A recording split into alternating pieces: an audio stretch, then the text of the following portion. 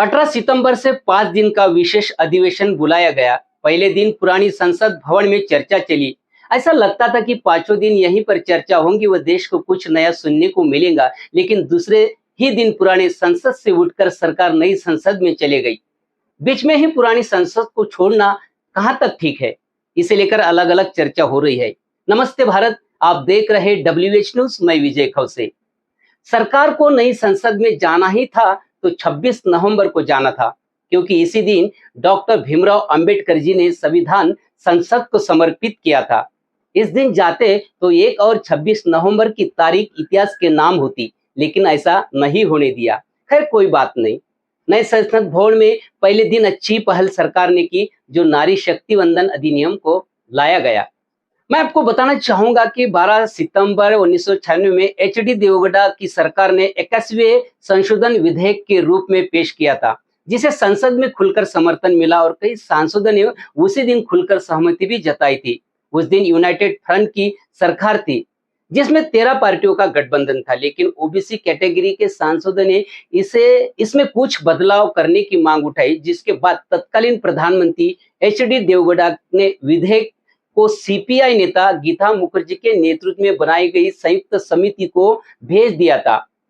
31 सदस्यों वाली इस संसदीय समिति में NCP चीफ नेता शरद पवार, JDU से नीतीश कुमार, TMC से ममता बनर्जी, BJP से उमा भारती और स्वर्गीय सुषमा स्वराज, गिरिराज व्यास, रामगोपाल यादव, सुशील कुमार शिंदे, विजय भास्कर रेड्डी, सुमित्रा महाजन, मीरा कुमार और हन्ना मोल्ला शामिल थे। समिति ने विधेयक में 7 प्रस्ताव रखे थे, जिसमें महिलाओं को 1/3 आरक्षण देने की बात कही गई थी। नए संसद भवन में लोकसभा की कार्रवाई में सरकार ने पहला बिल पेश किया। पहला बिल महिला आरक्षण से जुड़ा है। इसे नारी शक्ति वंदन अधिनियम नाम दिया गया। केंद्रीय कानून मंत्री अर्जुन राम मेघवाल ने इस बिल को पेश किया। इस बिल में लोकसभा और विधानसभा में 33% सीटें महिलाओं के लिए आरक्षित करने का प्रावधान है। इसका मतलब यह हुआ कि अब लोकसभा और विधानसभा में हर तीसरी सदस्य महिला होंगी। बिल की बड़ी बातें क्या है, सीटों को लेकर क्या बदलाव करेगा। लोकसभा में इस समय 82 महिला सदस्य है। इस बिल के कानून बनने के बाद लोकसभा में महिला सदस्यों के लिए 181 सीटें महिला के लिए रिजर्व की जाएंगी। इस बिल में संविधान के अनुच्छेद 239(a) के तहत राजधानी दिल्ली की विधानसभा में भी महिलाओं को 33% आरक्षण दिया गया है। यानी अब दिल्ली विधानसभा की 70 में से 23 सीट महिलाओं के लिए रहेगी।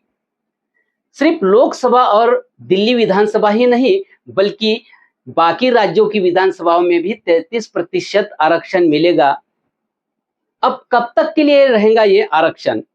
इस बिल के तहत लोकसभा और विधानसभाओं में महिलाओं के लिए आरक्षण 15 साल के लिए रहेगा।